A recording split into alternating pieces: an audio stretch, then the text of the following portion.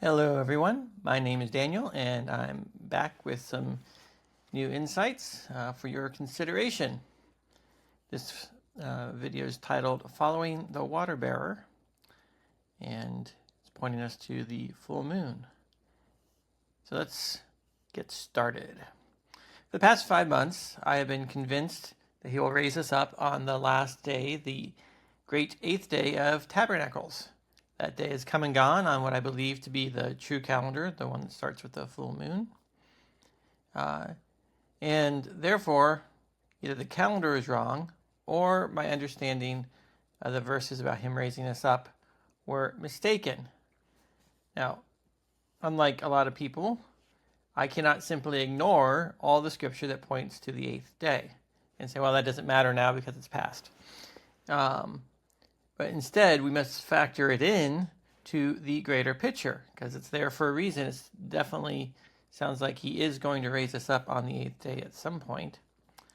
How do we reconcile that? And the way I've come to reconcile it is that we know that there are two resurrections, the first and the second one after the 1,000-year reign.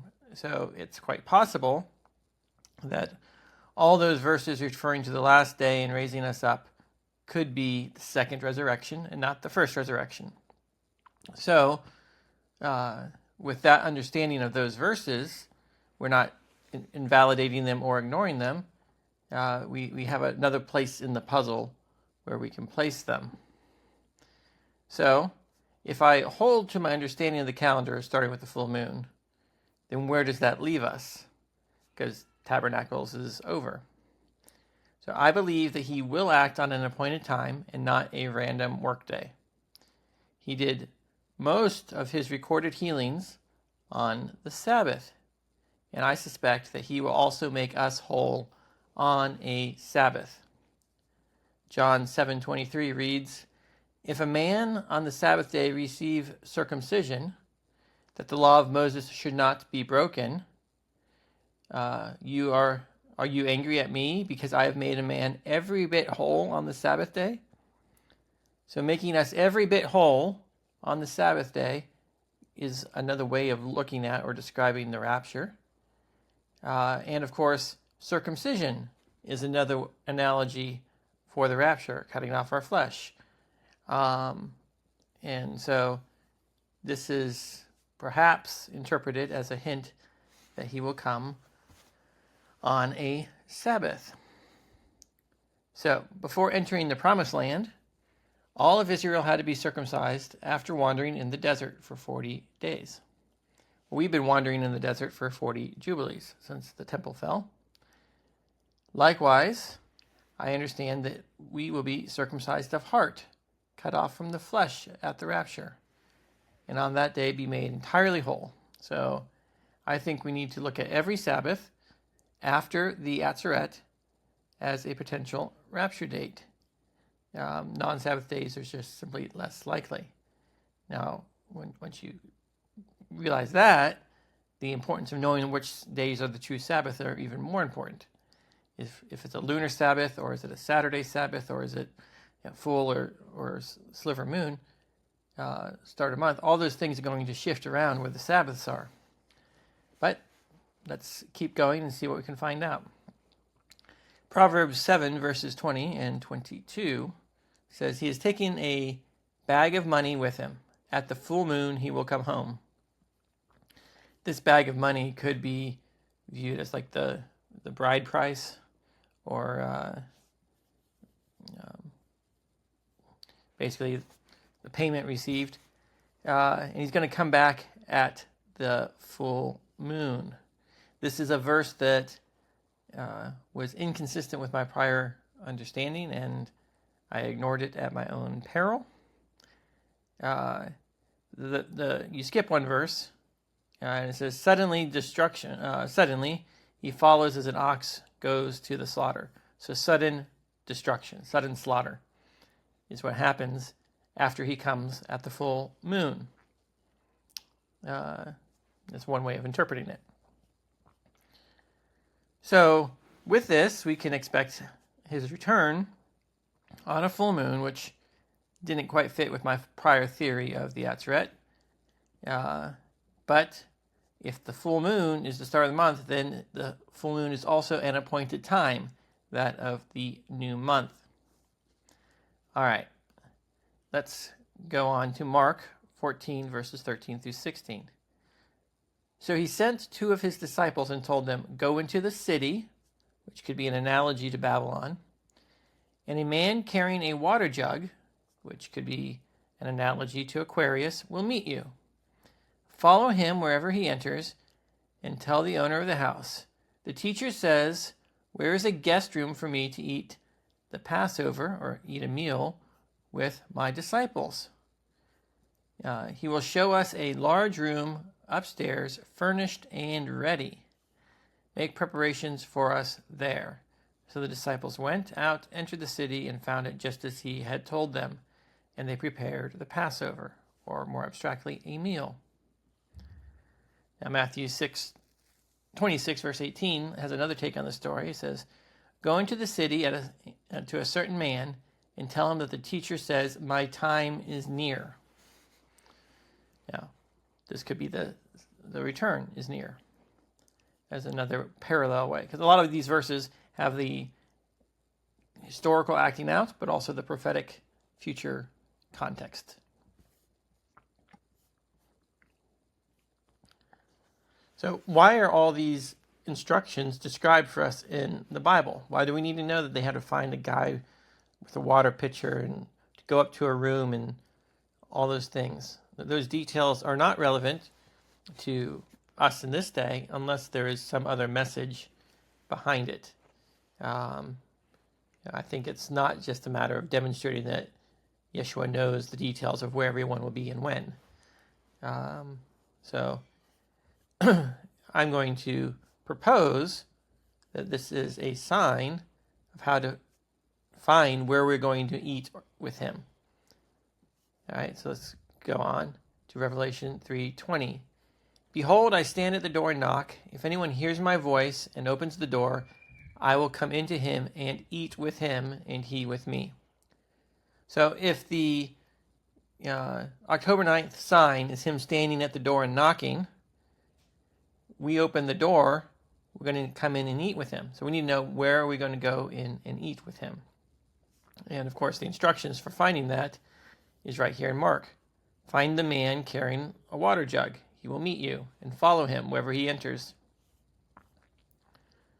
So we also know that, "And if I go to prepare a place for you, I will come back and welcome you into my presence, so that you may also be where I am." All right. So that's a place prepared for us. Come and eat. The large room furnished and prepared, ready, prepared for Passover.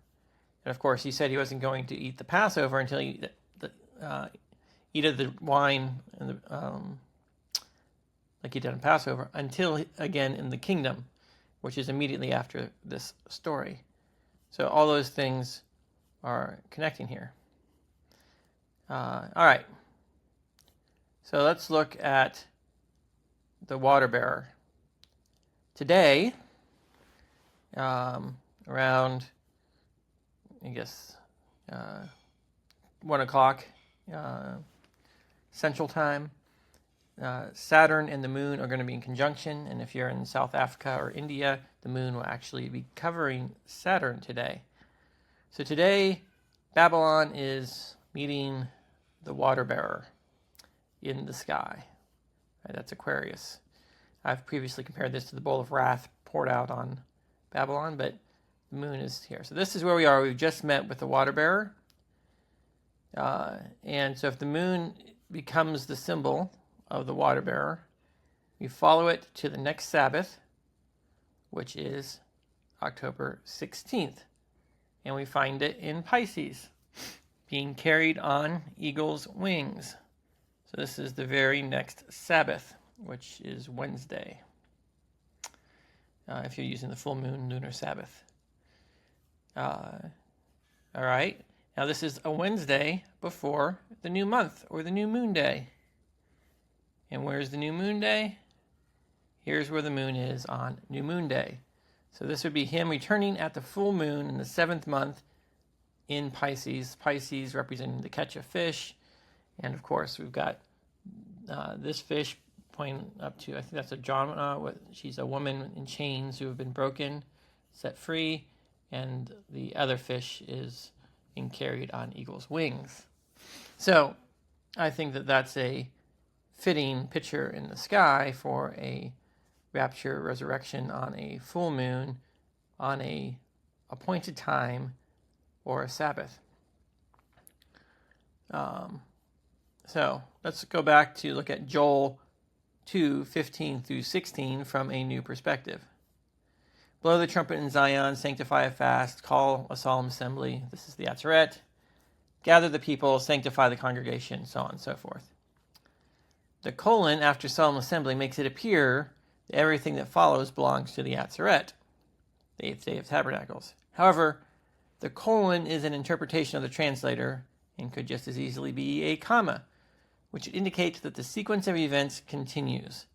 From here, we can only infer that the gathering must be on or after the Atzeret, which would be true if you're using the full moon calendar and he's coming at a full moon. So today is the last possible day for Day of Atonement on the sliver moon. This is one of the problems with the sliver moon is that which sliver is it? Is it the day after the dark moon? Is it the first visible one? Do you actually have to see it or can you calculate it? What about if you got the previous month wrong? How does it carry over to the new month? There's just a lot of problems with identifying the start of the month on the sliver calendar, and it's very subjective. So today, in theory, could be the Day of Atonement if you're following that calendar. And from there, you would find out that the full moon does not occur at the start of the Feast of Tabernacles. It starts on the 13th or 14th of the 7th month, which is because if today is the 10th of the 7th month, being the Day of Atonement, then add 5 days from today, and you're at the 18th or 19th, right? Some people celebrated Day of Atonement yesterday, and of course the Jews celebrated it, I think, on the 12th, on the dark moon, on the dark moon calendar.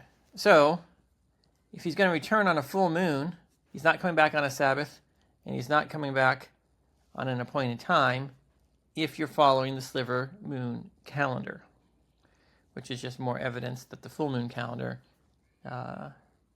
is the most logical. All right, so that's my take on it.